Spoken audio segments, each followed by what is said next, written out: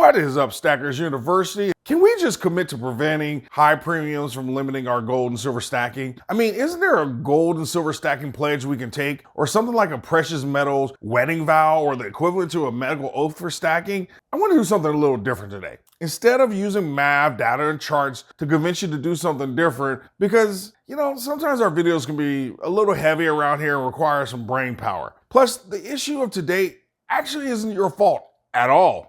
100%. Not your doing. You didn't start it and you're not to blame. So I want to lighten up the gold and silver stacking talk and maybe have a little more of a fun discussion today about bling bling and how this relates to stacking and what we stack in particular. I don't care what kind of music you listen to, if you're hardcore country, rock, or if you listen to Kenny G or Barry Manilow. If you lived through 1999 and the early 2000s, it was impossible to not know about or hear this song. No, not Prince's song 1999. In fact, that song was actually released in 1982. I'm talking about the song Bling Bling and its memorable hook, Bling Bling. Every time I come around your city, bling bling. Pinky ring worth about 50, bling bling. Every time I buy a new ride, bling bling. Lorenzo's on Yokohama tires, bling bling. No, anybody? Okay. Rap lover or not, the song created a phrase that became ingrained in our collective ethos as it provided words to go with the visual experience of light reflecting off of valuables like diamonds, gold, and silver, especially when in jewelry. It doesn't matter if you like bling bling as a phrase, or Gollum's my precious, or you just love classic diamonds like Neil. Did you get that? You see how I did that there? You see, his name is Neil Diamond, and in 2020, he released an album called Classic Diamonds. Dr. Stacker, you know if you have to explain the joke, it's not witty or even funny at that point. Fine. We all know I tell terrible dad jokes. I get it. Come on. That's a classic right there. Punnier? Come on. Where am I going with all this? A few days ago, I did a community post where I asked people to choose between 4 different coins, 3 very pretty coins and 1 plain boring looking American Reserve round to see what will people choose. If you voted, I'm going to admit that it really wasn't a fair poll, at least the way that I'm using it. Some of you know that I've made a few videos about what I call BS or boutique silver, or simply put, high premium silver. In case you don't know, I'm not a fan of high premium silver, especially as an investor or a stacker. Our mantra at Stackers University is that we buy the cheapest, most recognizable silver, gold, or platinum we can get. For the new members, there are a number of videos where I do the math showing you don't make your money back when you sell from the premiums, and you'd be better off buying generics and using the savings to get you more ounces. And even as I say it right now, I am 100% certain that there are members of Stackers University shaking their heads agreeing with me, but they still fall victim to the shiny high premium coins. But why? Before I answer that question, let me be clear. A little BS is okay. We all need a few pieces here and there as a reward to make us a little happier, or for the sake of variety. That almost isn't the issue for today's video. The point I want to drive home is there's a reason why it's so hard to resist coins like the Queen's Beast or the brilliance of a proof coin. And actually, unbelievably, it's just not our fault. Researchers have done a lot of work to figure out why people have such an attraction for shiny and glossy things.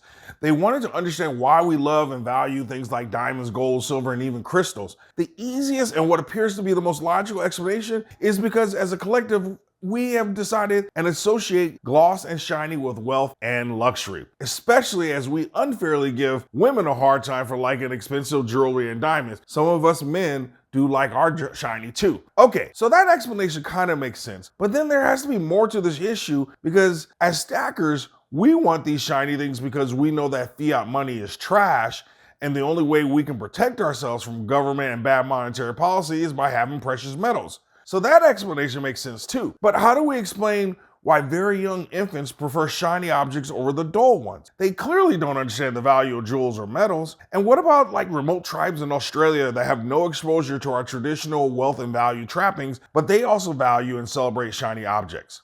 In doing my research on the research, if that actually makes sense, here are some things that I found very interesting. Children who were presented with glossy objects tend to lick them. So infants from 7 to 12 months old put their mouths to glossy plates much more than dull ones. Children who have been seen lapping shiny toys on the ground, they do that in a way that an animal might drink from a puddle. Blindfolded participants envision more water when asked to imagine a landscape depicted on a glossy page, showing a perceived link between shiny and wet. In another test, this one without blindfolds, participants rated aquatic images as glossier than desert ones, although the glossy paper was exactly the same. Speaking of interesting findings, research has shown that on YouTube, videos where viewers hit the like button, watch the full video, and comment, well, those videos do significantly better. Let me prove it to you, but I need everyone listening right now to hit that like button and in a few minutes comment and watch how my theory is proven. So don't mess up my research now by not hitting that like button and commenting. Okay, all jokes aside, if I'm adding value or knowledge to your life, please hit that like button. While I have your attention,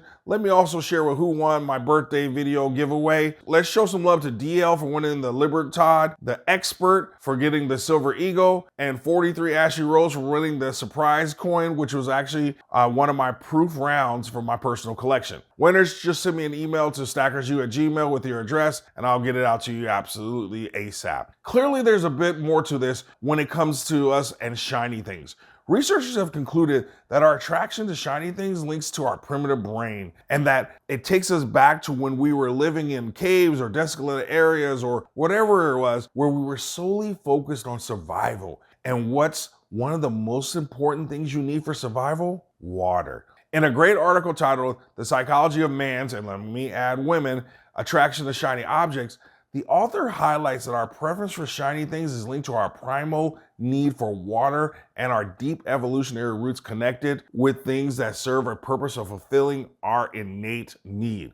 Basically, because we knew water was life, that it hydrates us, we found food in that water, it allowed us to grow food, and even served as a method of transportation. In another article on evolutionary theory for why you love glossy things, the author shares that in addition to the link to water, the appeal of glossy might not be entirely linked to wealth, but it may still reflect a basic enjoyment of pretty things, which is associated with our primal brains. One researcher wrote, quote, "It is humbling to acknowledge that despite our sophistication and progress as a species, we're still drawn to things that serve our innate needs. In this case, the need for water." So pulling this all together and bringing it back to metals, I want to affirm and acknowledge that our mantra of buying the cheapest, most recognized product is in some ways going against this deep-rooted preference and desire to have shiny things. As much as I love human psychology, there's a group of people that know and understand human behavior maybe even better than psychologists.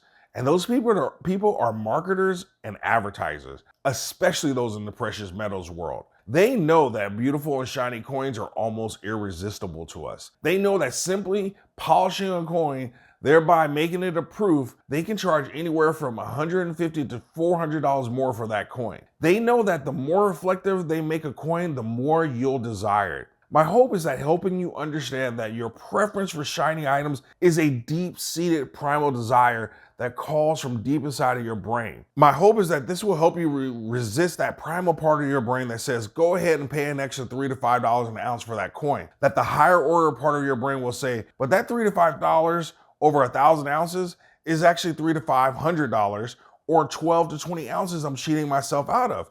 Which if I sell my metals for $10 more than I bought them, this becomes a decision where I could be leaving $1,200 to $2,000 worth of profit off the table. My hope and desire is that if you understand what drives you to make that decision, you can resist that urge. The brain is the world's most powerful computer, and you're always responsible for the decisions you make. So say it with me. This is why you as the investor are more important than the investment. I want you to know that Dr. Stacker has your back. So when you do fall victim to some high premium metals, you can now look at your sweetheart, male or female, look them dead in the eye and say, this time, it really wasn't my fault. My primitive brain took over and I had to buy it. Come watch this video from Dr. Stacker and he explains it all. In the comments section, what was your last piece of shiny, non-generic metal that you bought? What's your favorite shiny or high premium coin? Do you think our preference for shiny is really about our primal brain and or our connection to water? Do you enjoy when I bring you content like this where it's really more about you and human psychology? Or do you want me to stick purely to stacking and data, market news, and coins? Hello? Can you hear me? Hello? Are you still there? Of course you're still there because you are my A+ students, and as a result, you always stack smarter and never stop learning.